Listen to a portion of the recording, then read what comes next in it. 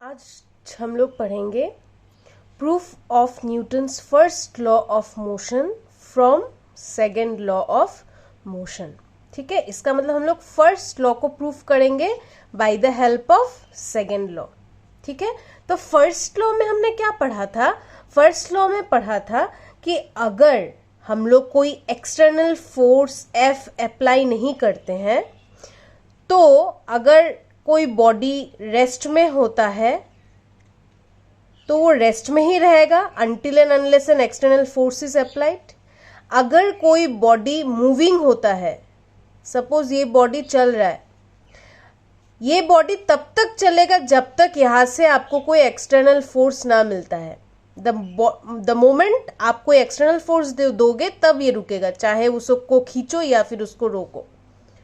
तो पहला law of motion आप लोगों को, Newton's first law of motion सबको पता है कि until and unless an external force is applied the body is at rest और the body is in motion, और the body is in motion, यही तो पढ़ा था ना।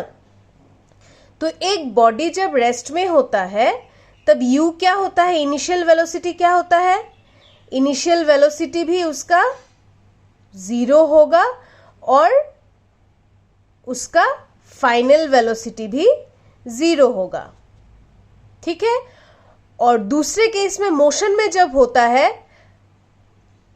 एक बॉडी कब तक मोशन में हो सकता है? जब उसका इनिशियल वेलोसिटी u होगा और उसका फाइनल वेलोसिटी भी u होना पड़ेगा।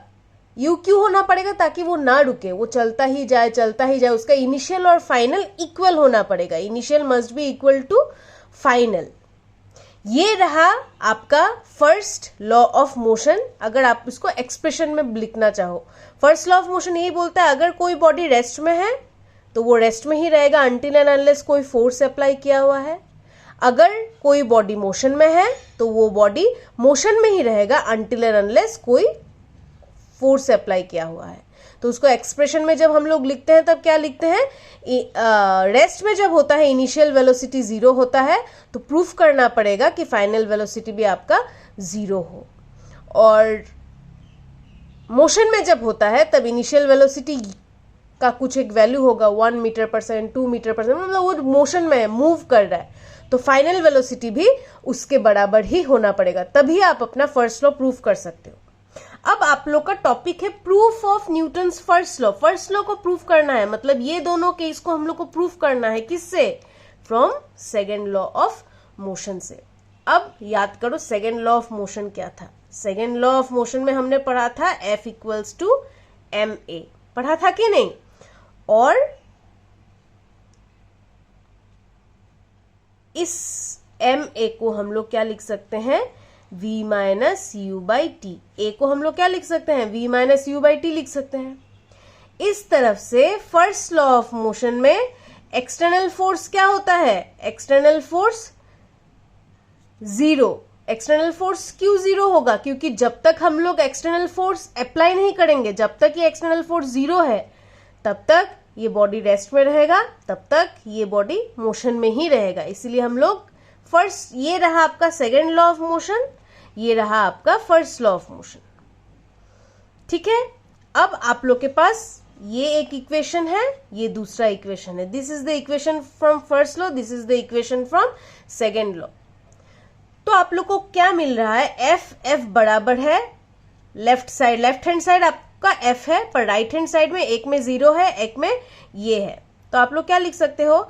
m v minus u by t equals to 0 लिख सकते हो, क्योंकि आपका इन दोनों, if we compare equation 1 and 2, if we compare equation 1 and 2, आप लोगों को क्या मिलेगा? राइट हैंड साइड इसका और इसका इक्वल है। अब देखो केस 1, केस 1 में मान लो if we take u equals to 0, और u इक्वल्स टू 0 कब होगा? जब बॉडी इज एट रेस्ट,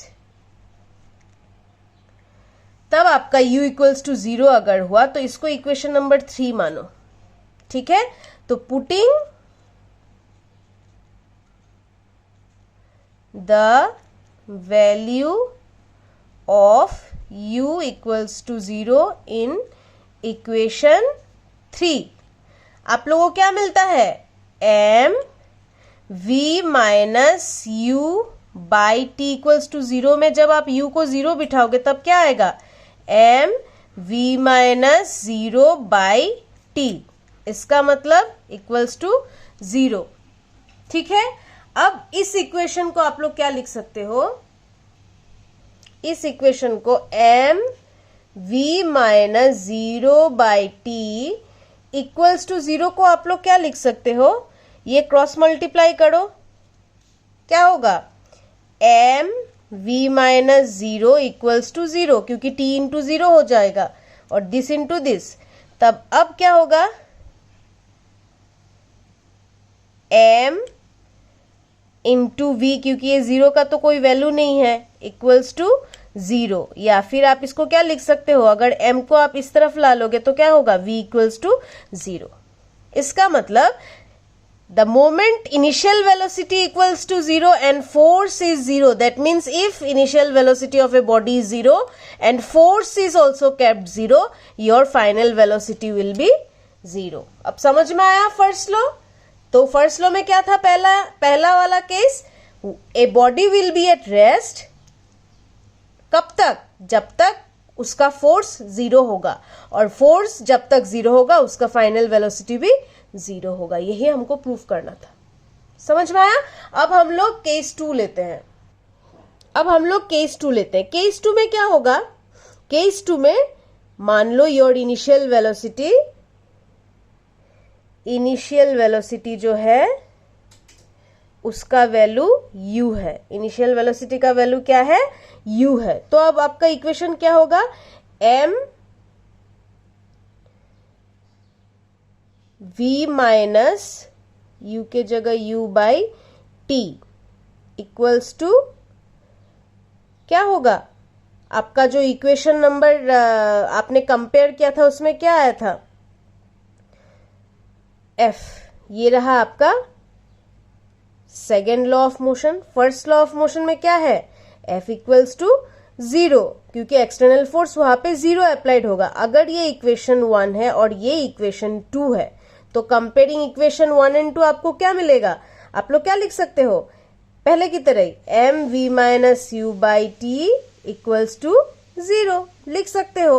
अब आपका u को हमने क्या लिखा? u को हमने u ही लिखा हुआ है। u को हमने क्या लिखा? इनिशियल वेलोसिटी यहाँ पे u ही है, तो हम लोग इसको अगर क्रॉस मल्टीप्लाई करेंगे तो क्या हो जाएगा? ये t क्या होगा?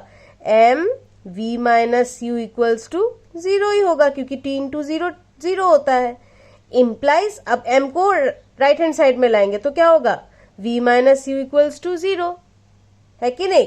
अब इसको इम्प्लाइज करने से क्या होगा?